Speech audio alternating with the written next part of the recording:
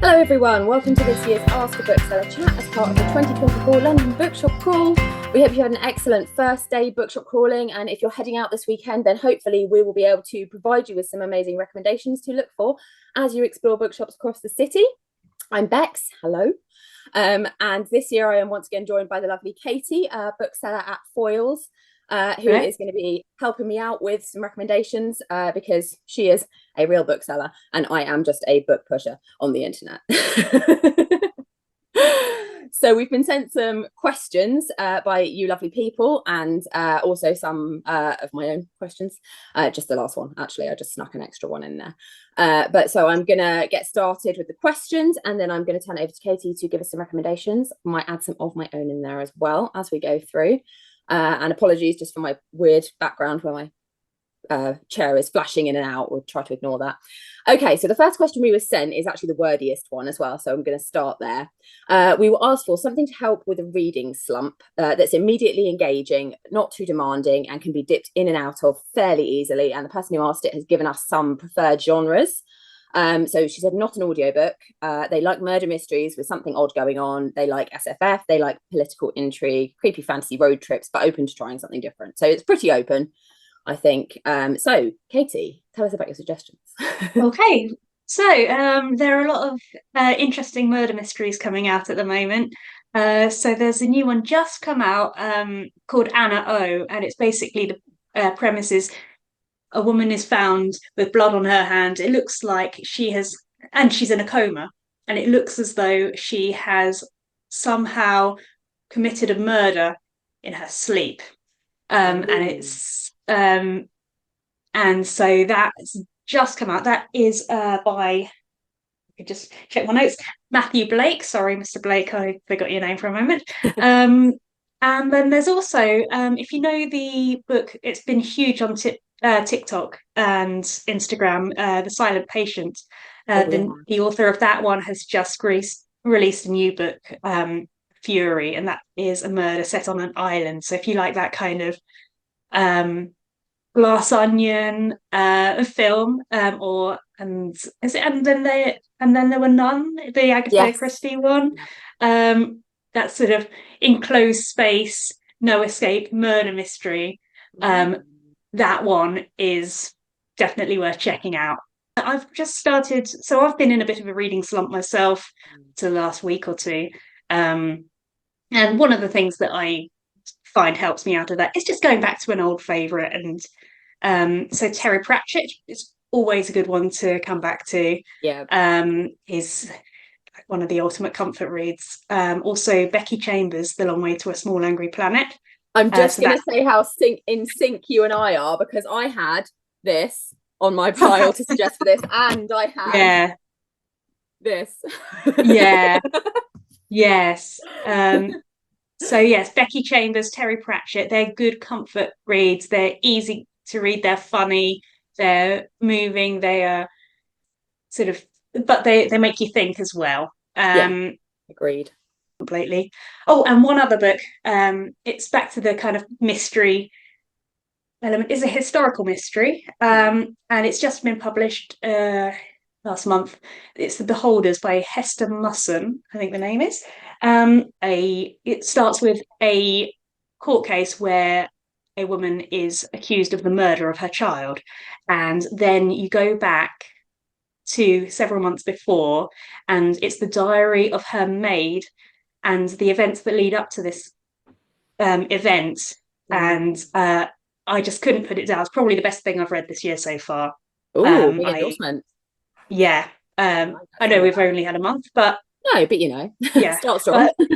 It was a good strong start. It's also got a beautiful hardback cover with sprayed edges. If you're going into, there are some, so Waterstones and Foyles may have some, Blackwell may have some beautiful sprayed or stenciled edged editions, hardbacks. So excellent. It will look nice on your shelf. It'll be a good read. It kind of reminds me of the writing of Sarah Waters or Sarah Collins, actually, who wrote the Confessions of Franny Langton. It's got that sort of feel to it, that historical intrigue, mystery. people who are not what they seem. So yeah, that's one I would recommend you check Brilliant. out as well. Well, you've gone for the sort of murder mystery sci-fi style things. I've gone a little bit of a different way, purely based on, because I've also been in a reading slump coming out at the end of last year.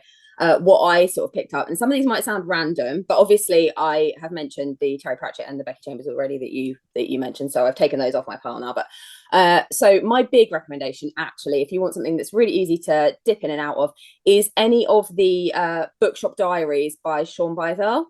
Yes. So I've got this one here at the moment. This is 7 Kinds of People You Find in Bookshops, which I haven't read yet, but I've read the other 3, I think. And they're I've just read a lot of fun. at least 2, yeah. Yeah, they're so fun, and they're so easy to just read a couple of days and then put it down and pick it up again. And they are like, they've made me laugh out loud on trains and stuff. Yeah. So they are funny. I've definitely had moments where I've gone, it's not just me there. Yeah, no, it's quite relatable. I think not even just for bookshops, but anyone who's worked in kind of retail, particularly like that start of the year. Oh, there was one person got this in the kind of, day, kind of real life Bernard Black sort of character.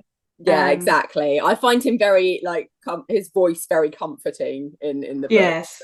It just kind of makes me feel better about probably less drunk and incompetent. I will just yes, put that out there. I don't want to slander him, but he's got that sort of.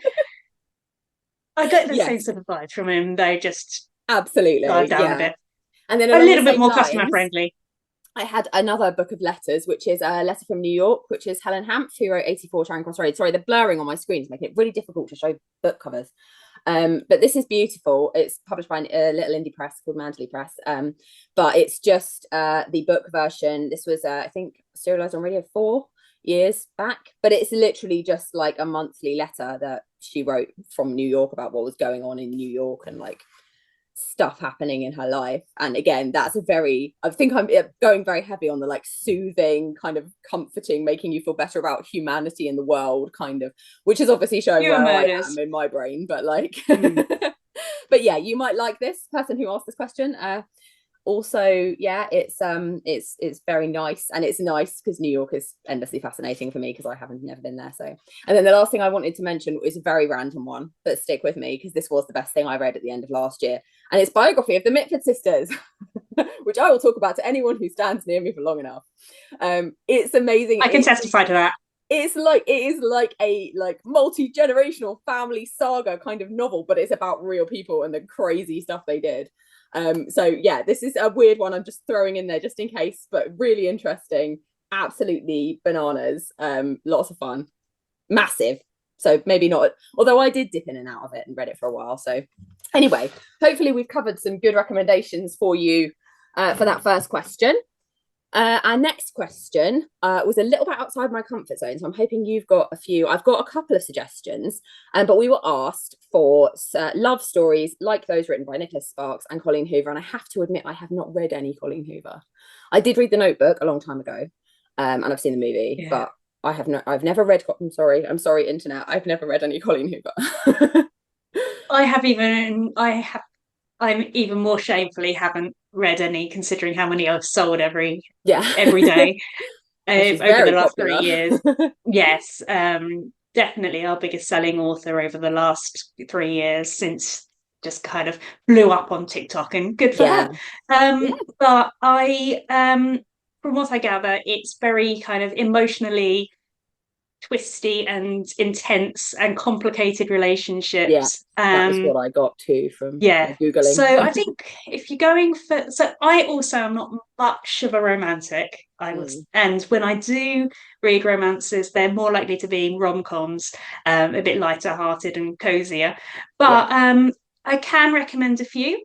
So more of a literary romance / family sort of multi-generational story would be The Island of Missing Trees by Elif Shafak.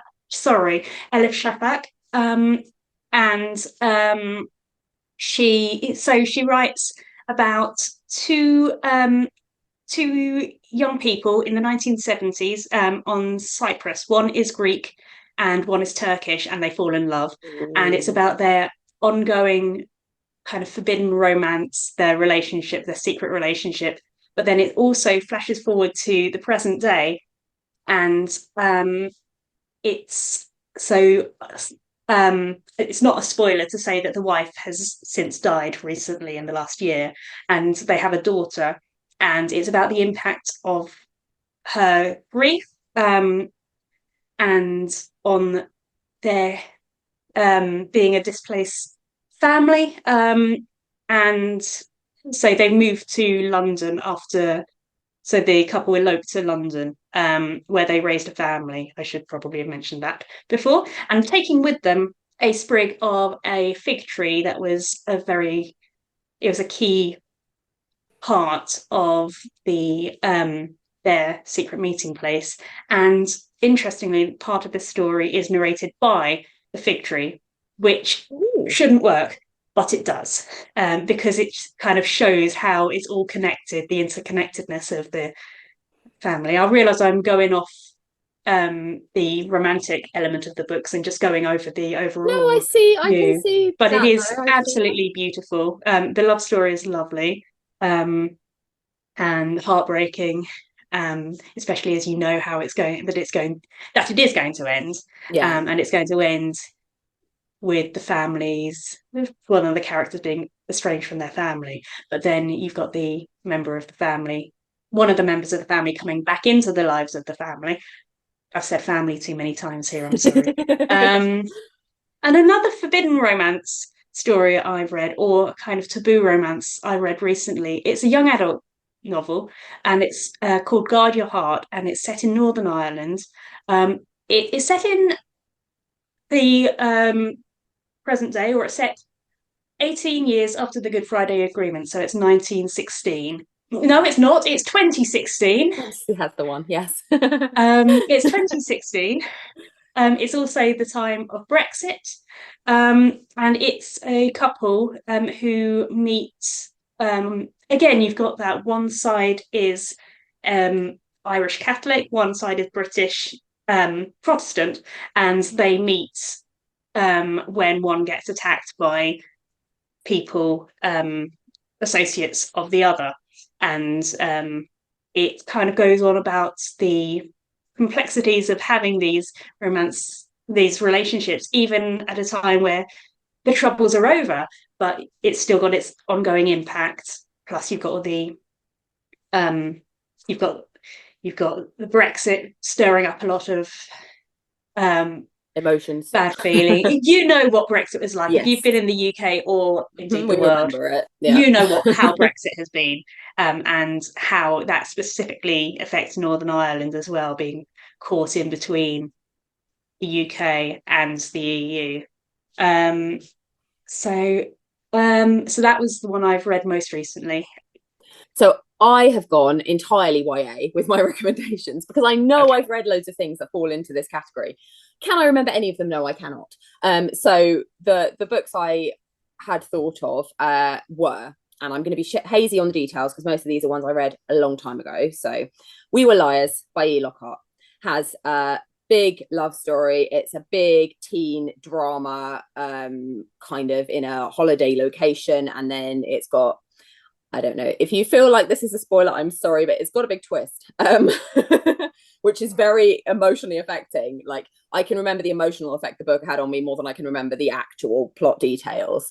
But it's brilliant. And it's very small, so it's quite intense, but not a lot of it. So, but yeah, that's a YA about a teenage girl is the narrator.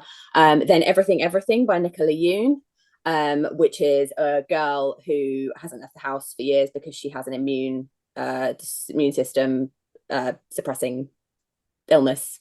So if she goes outside, she could die, basically. But then handsome boy moves in next door, and things happen. But there's a lot of emotional strife involved in that as well. Lots of stuff with her mum, and then some things that happen that. Sorry, it's very windy here. It just sounded like my house was about to blow away. But yeah, so that's a big. I think you've gone for the like people separated by circumstance kind of, or historical events, whereas I've gone teen angst. So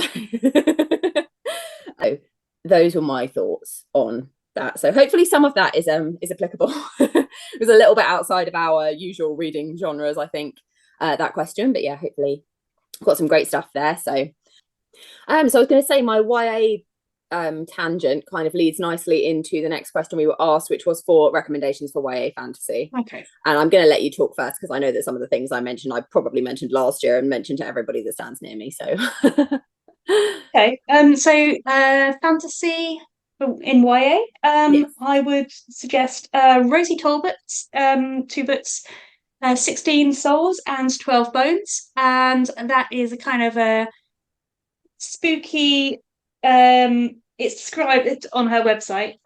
Chaotic queer disaster teams hunt down missing souls and face dangerous magic in Europe's most haunted city, which is York. And I love Yes, I knew York. that. Mm-hmm. York is one of my favourite cities in the UK. So anything set there is great. Mm. And on a similar note, I'm not sure if it counts as YA or if it's just general fantasy, but it would slot in both categories quite comfortably. And it is Not Good for Maidens by Tori Bovolino. And that is kind of a retelling, or it is very heavily based on Christina Rossetti's poem Goblin Market. And it's Ooh. two generations have both of the same family have lost someone to the Goblin Market and send someone in to rescue them. So like in the poem, if you don't know the poem, check it out. It's brilliant. It is brilliant. It is creepy and spooky, and the book is even more so. The goblins are just ooh, but yeah, and it's just so well brought to life. You can just really picture yourself in the streets and under the streets and in the market, and it's got some great characters in that as well. Yeah, I've got a few for this. I think, like I said, I think some of them I've probably mentioned before, but I just thought of one while you were talking actually that I read at the end of last year that is not strictly YA, but I think would fit.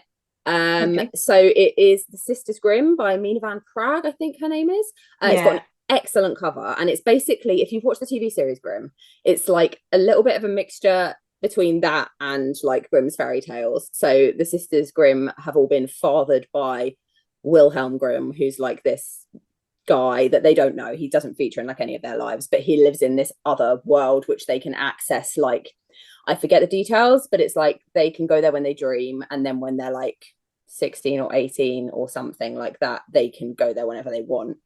But there are guys as well who are like his children who are the soldiers, and their job is to like defeat the Grimm women. So it's like a battle, but then like when they're awake, they don't all know. Like some of them know that they're like magic and amazing, and some of them don't. Some of them have had it like it's like been suppressed, and then when they reach this age, they'll realize their powers.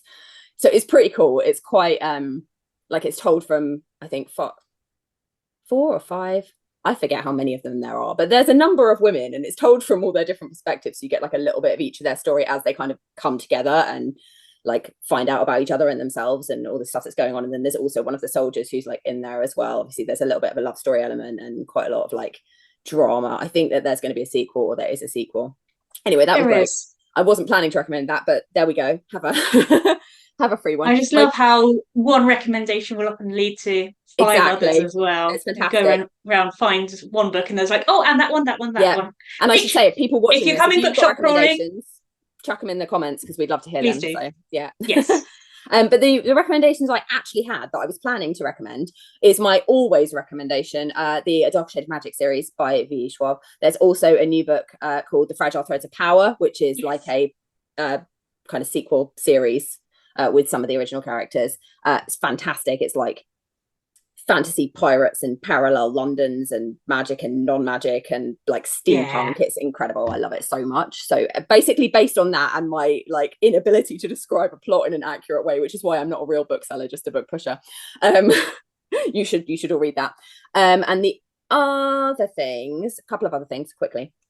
One is Impossible Creatures by Catherine Rundle, That which was on my list as well. it's so good. It's I really wasn't good. sure if it counted as YA. It's I kind am of not older sure. children, younger It's YA, but yeah, also there is no upper age limit for any book. exactly. It's kind of a crossover, but I think that the characters in it are like 12-ish. So Yeah. and they will get obviously older. I don't know if there's going to be more of them. It's sort of ambiguous at the end, but it's great. It's a little bit like Northern Lights meets other things. And like travel the fantasy world and meet all the people and do all the things and have a quest, and like there's some higher purpose which will be revealed at some point. And yeah, great. I mean, you will have probably seen it everywhere because I think it was like Waterstone's Children's Book of the Year or something. Like it was also Foyles Book of the Year as well. So yeah, we had got the double there. Okay, so just a couple of questions left now. I'm going to leave the long one till last, I think. So quickly, we've had a request for standalone kids books because obviously kids series are fantastic, and that it's great that we've got so many great ones at the moment. But I do find that often you get stuck into a series, and it would be nice to have some just one off. You could read a kids book and just have that one and not have to read 5 others. Yeah. Yes. Yeah, that was actually a much harder question than I know. I thought it would be. Because just going around the children's sections yesterday, so many of the books, I guess they're designed to get children reading and keep them reading, so that's why they like to bring out a series. But I thought of a few standalones. So one of them, I may have mentioned it last year, I can't remember, but it's The Chime Seekers by Ross Montgomery. Oh, it's great. Well, it's if you know the film Labyrinth, yes, and if you don't, go and find it, unless you have a fear of puppets, and in which case don't. To the person who I sent a copy, not realizing they had a fear of puppets, I am so sorry. Oh, no. But also it's a great film, so I hope you managed to get past that and watch it anyway. But anyway, it's kind of, this is Labyrinth without puppets. And it's very similar. Basic concept is a young boy's sister is stolen by the evil fairies and replaced with a changeling, and so he has to go back and rescue her. And it's just great. It's a good sort of Halloween read, I'd say.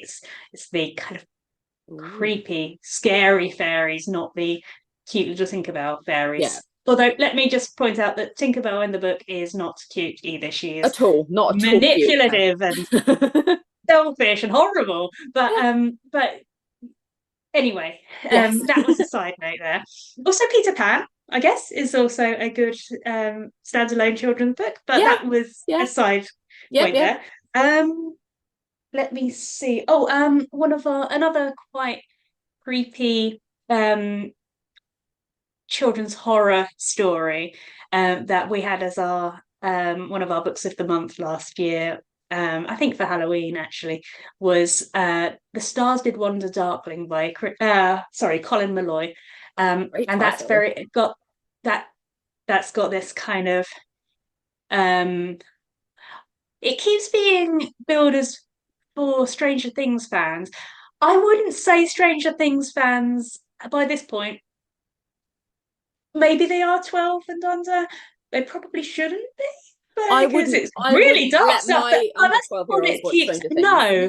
So and again, that's a bit of a side comment there. And if you are under 12 and love Stranger Things, it's all subjective. Everyone has a tolerance for their own things, but I wouldn't recommend it to your average under 12 by the point we're at in the series, because I think that's a good decision. It's scary. But then I'm also a wimp, and I was even wimpier at 12. So but anyway, sorry, back to the book. Basically, it's a boy who is obsessed with horror films and starts noticing something is weird going on in his town, and it's affecting all the adults, and so he has to investigate that. And as far as I know, that is a standalone.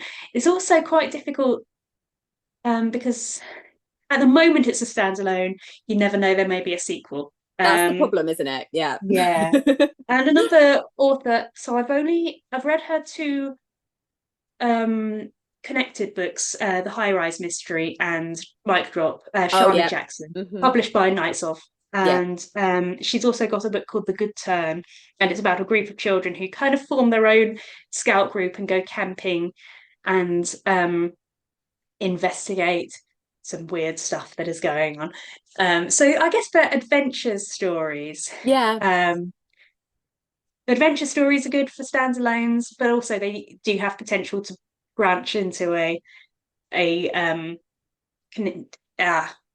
continuous Yeah. bigger narrative alone. And also, I think it's easier to find standalones for sort of more contemporary, Yeah. sort of everyday children in everyday situations. And one thing I'm really happy about is how you're getting a lot more LGBTQ representation in children's books. I grew up, and Bex probably too, under Section 28, where it was just not Yep. acknowledged. So the fact that you've got books like these, you've got Glitter Boy by Ian Eagleton, and you've got Jamie by L.D. Lipinski, Oh, and they're both yes. about queer children fighting to, or just standing up and being themselves, and being unashamed about that. And I think that's just such Brilliant. a wonderful message to have out. And that's actually a really good segue onto our final question. Speaking of representation in Yes. literature that didn't exist when we were younger, the last question we've been asked is for books by neurodiverse authors. Yeah. And I left this for last because I know we've both got a lot to say about Oh it. yes. So I'm going to quickly whiz through my pile first, and then I'll let you go nuts if that's all right. I have a little pile here, some of which I've definitely talked about before. But one that I wanted to add is one I haven't read yet, but I'm excited about it, which is The House on the Cerulean Sea by T.J. Klune, who is described on the internet as neurodivergent and has talked about it a lot. I did not know that. Yeah, no, I didn't. I read the other one, the Under the Whispering Door. I didn't know about that. I haven't read that one. I didn't know the author was neurodivergent. This is a fantasy. It's described as a modern fairy tale, and it sounds lots of fun, and it's got a gorgeous cover, and you probably would have seen it because it's been sort of everywhere a little while back now. But then I've got a book which I've been reading, but then dipping out of, which is Letters to My Weird Sisters. It's on autism, feminism, and motherhood by Joanne Lindbergh, and it is about historical women. There's like, I think 4 historical women that she takes who are obviously not in their time were not acknowledged as autistic, but she sort of presents the case for imagine if they were, but they're not like all well-known women, so a lot of them are like kind of marginalized women who she's sort of spotlighting. I found it very hard to read because I'm obviously going through the process at the moment. Well, you don't all know, but now you do, of being for autism myself. Yes. So I found it quite like jarring in parts and quite hard to read, so I've had to put it down and pick it up again. Then I had, this is just a representation of Matt Haig. Matt Haig is on my this is How to Stop Time, stupid blurring. But Matt Haig is also, I think, has been fairly recently diagnosed with autism. Then For Always and Forever, kind of spark.